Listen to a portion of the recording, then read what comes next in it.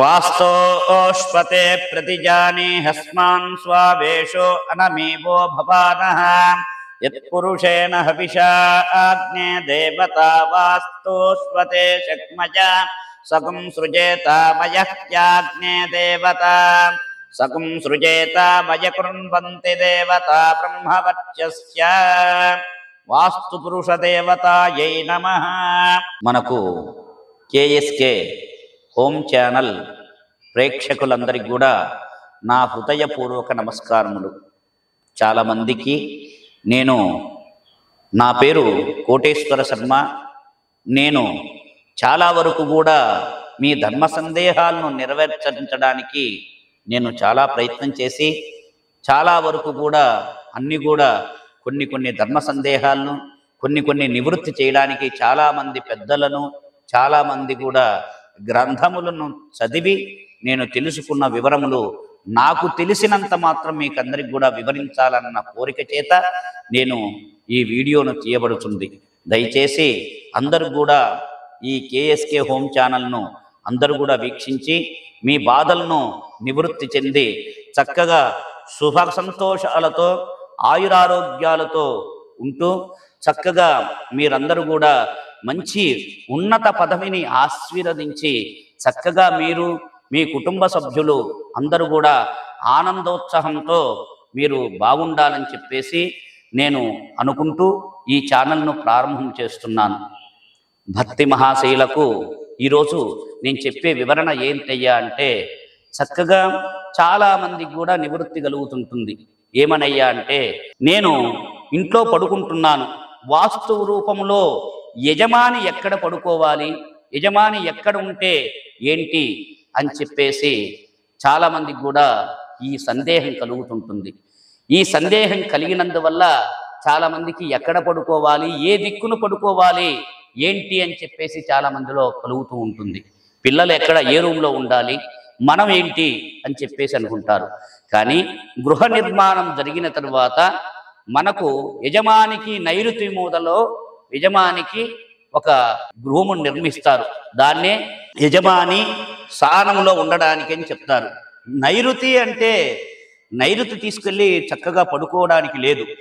నైరుతికి మనం వేసుకున్న మంచాన్ని 4 దిక్కులో తిరిగేటట్టుగా ఉండాలి.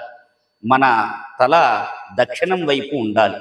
దక్షిణం వైపు అయ్యా చాలా వరకు యముడు కదా దక్షిణంలో ఉంటాడు, అలాంటిది తల తీసపోయి ఆయన చేతిలో పెట్టాడంటే ఆయన తీసపోయి మనం ఆయన చేతిలో ఒక లాకర్లో పెట్టినట్టే.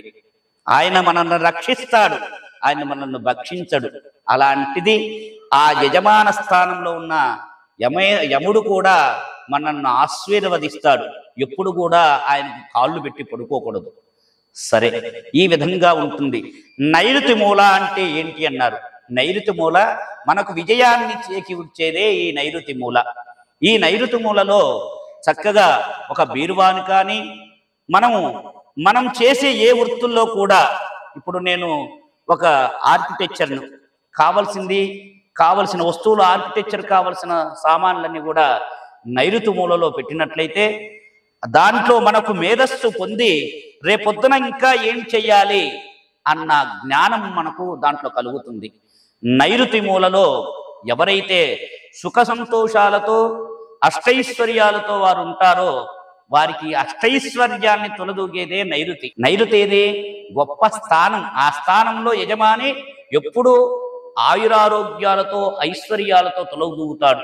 అందుకని నైరుతి మూలలో మనము ఏదైతే ఇప్పుడు ఒక బీరువాను తీసుకున్నాం, ఒక బీరువాను తీసుకెళ్ళి నైరుతి మూలలో పెట్టి ఉత్తరముఖంగా డోర్లు తెలిసేటట్టు ఉండాలి. దాంట్లో ఇప్పుడు ఉత్తర స్థానానికి కుబేరుడు అధికారుడై ఉంటాడు. అలాంటిది ఈ నైరుతి మూలలో చక్కగా దాంట్లో మనం దాచిపెట్టే ద్రవ్యాన్ని కానీ అక్కడ పెట్టినట్లయితే మనకు అత్యంత ధనం మనకు నిలువ ఉంటుంది. లక్ష్మి చరత్వంతో వెళ్ళిపోదు, స్థిరంగా నిలబడుతుంది అమ్మవారు. అందుకనే మహాకాళి, మహాలక్ష్మి, మహాసరస్వతి ఆ స్థానంలో అమ్మవారి స్థానమై విద్యకు అధిపతైన సరస్వతి కూడా అక్కడ నిలవై ఉంటుంది. అందుకని మనం చేసే ఏ ఉద్యోగం కానీ ఏ వృత్తి కానీ, మనం ఒక వ్యాపారం చేస్తున్నాం, అక్కడ తీసపోయి ఒక త్రాసు పెట్టాలి నైరుతి ముళ్ళు, అది వృద్ధిగా ఉంటుంది. చక్కగా నైరుతి మూలలో మనం ఏ వ్యాపారం చేస్తున్నామో అలాంటి ఇప్పుడు మనం ఒక చిల్లర కొట్టు నడుపుతున్నాం, అక్కడ తీసిపోయి బియ్యాన్ని ద్రవ్యాన్ని ఏదైనా ఎక్కువ బరువు ఉండే స్థలంలో అక్కడ పెట్టినట్లయితే అక్కడ అత్యంత శుభప్రదంగా 1కి 2 మనకు కరిగే కొద్ది అన్నపూర్ణేశ్వరిగా అక్కడ ఆ నైరుతి మూలలో ఉంటుంది. అందుకని ఎవరైతే నైరుతి మూలలో అలా ఉంటారో తీసపోయి చాలా మంది దక్షిణ నైరుతి మూలలో మంచం వేయమన్నారని చెప్పేసి ఆ మూలకు తీసపోయి వేయకూడదు. ఎప్పటికి కూడా మనము ఆ మూలలో నైరుతి మూలలో ఆగ్నేయం నైరుతి మధ్యలో ఉన్న దక్షిణ స్థానంలోనే ఈ మంచాన్ని మనం వేసి మనం నిద్రించినట్లయితే మనకు చక్కటి కలలు కానీ మనకు ఆయురారోగ్యములు కానీ కలిగి మనకు ఐశ్వర్యాలతో తొలదూగుతాం. ఇది నేను చెప్పినది కాదు, పురాణాల్లో నుంచి కూడా వచ్చిన విషయమే చెప్పొచ్చు.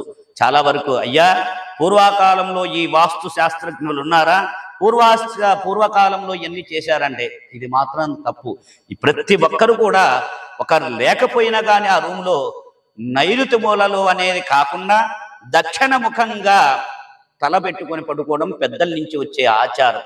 ఈరోజు వాస్తులు చాలా వరకు వస్తున్నాయి, కానీ పూర్వకాలంలో వాస్తు లేకపోయినా దక్షిణ ముఖంగానే శిరస్సు పెట్టి పడుకుండేవారు. అందుకని ఈ విధంగా మనకు చేసినందువల్ల ఆయురారోగ్యాలు ఉంటాయి.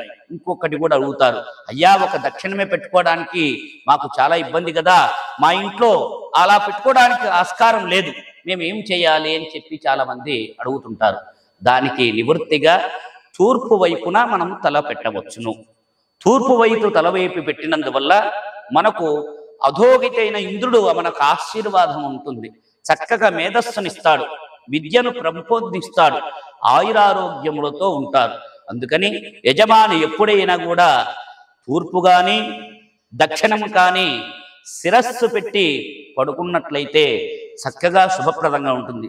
అయ్యా ఆ తూర్పు పెట్టుకోవడానికి కూడా నాకు చాలా ఇబ్బందిగా ఉందంటే అధోవ 3వ స్థానం ఏంటంటే పడమర. ఈ పడమర దిక్కున ఎప్పుడు కుదరకనే పక్షంలో పడమరన తలపి పెట్టుకుని పడుకోవచ్చు. ఇంకా అస్సలు చేయకూడనేది ఉత్తరం అనేది ఎప్పుడు కూడా శిరస్సు పెట్టి మనము నిద్రించకూడదు. అలా నిద్రించడం వల్ల మనకు మృత్యు అనేది మనల్ని కబలిస్తుంది. మనము అనారోగ్యంతో మనం అంతా ఉంటాము. అందుకని ఈ మృత్యువు సంభవిస్తుంది కాబట్టి అలాంటప్పుడు మనము ఈ ఉత్తరం వైపు శిరస్సు పెట్టి మనం పడుకోకూడదు. అందుకనే శిరస్సు పెట్టి ఉత్తరం పడుకుంటే ఏదో నీకు అనారోగ్యం సంభవిస్తుందని చెప్పి పెద్దలు కానీ చాలా వరకు చెప్తుంటారు. ఈ విధంగా మనము 4 మూలలో రూము మధ్యలో ఈ మంచాన్ని మనం వేసుకోవాలి. మనం మంచం చుట్టూ తిరిగే ప్లేస్ మనకు ఉండాలి. 4 మూలలో ఎక్కడ తగలకూడదు. అలాంటప్పుడు ఆ శిరస్సు పెట్టి పడుకున్నట్లయితే యజమాని మంచి కామ్యములతో మంచి వృద్ధులతో ఆయురారోగ్యములతో వారికి సత్సంతాన యోగ్యం కలిగి వారు ఆనందంతో దాంపత్యంతో సుఖ సంతోషాలతో ఉంటారని చెప్పేసి ఇది వాస్తు పురుషుడు నిర్ణయించినది. అలానే వాయువ్యంలో పిల్లలు ఉన్నారు. ఎక్కడ వాయువ్యంలో పిల్లలు ఉన్నందువలన వారికి రజోగుణములు ప్రసాత్తమవుతాయి, చక్కగా విద్యను అవలంబిస్తారు, మంచి ఉన్నత స్థానానికి వెళ్ళగలుగుతారు. పిల్లలు ఎక్కడ ఉండాలి? వాయువ్య మూలలో ఉన్న వాళ్ళు అక్కడ నిద్రించడానికి వారికి అధికారం ఉంది. అందుకని పెద్దవాళ్ళ ఇంటి యజమాని ఎప్పుడైనా కూడా చక్కగా ఆయన మనకు నైరుతి మూలలోనే నివసించాలి. సరే, ఈ విధంగా మనం చేసినందువల్ల ఆ ఇంట్లో అష్టైశ్వర్యాలతో తొలదూగుతూ సకల సుఖ సౌఖ్యాలు అనుభవించి ఆ ఇల్లు వృద్ధి అవుతుంది. పిల్లలు కూడా మంచి జ్ఞానవంతులైతారు, మంచి ఆరోగ్యవంతులైతారు. ఆ ఇల్లంతా కూడా సుభిక్షంగా ఉంటుంది. అలానే ఈశాన్యములలో భగవంతుని పెట్టుకోమని ఈశాన్యంలో చేసినందువల్ల మనకు పరమేశ్వరుడు ఈశాన్యంలో నిలువై ఉంటాడు. అలాంటి స్థానమే ఈశాన్యం. ఈశాన్యాన్ని ఎప్పుడు కూడా భగవతారాధనకు అవలంబించాలి. మనం పాకశాస్త్రంలో అనుభవించడానికి ఆగ్నేయంలో మనం చూసుకోవాలి. మిగతాదంతా కూడా మనము సంచరించడానికి అలాంటి ఇల్లు సుఖ సౌఖ్యాలతో ఆయురారోగ్యాలతో ఆ ఇల్లు వృద్ధి చెందుతుందని చెప్పి ఒక విన్నతి. హరి ఓం స్వస్తి.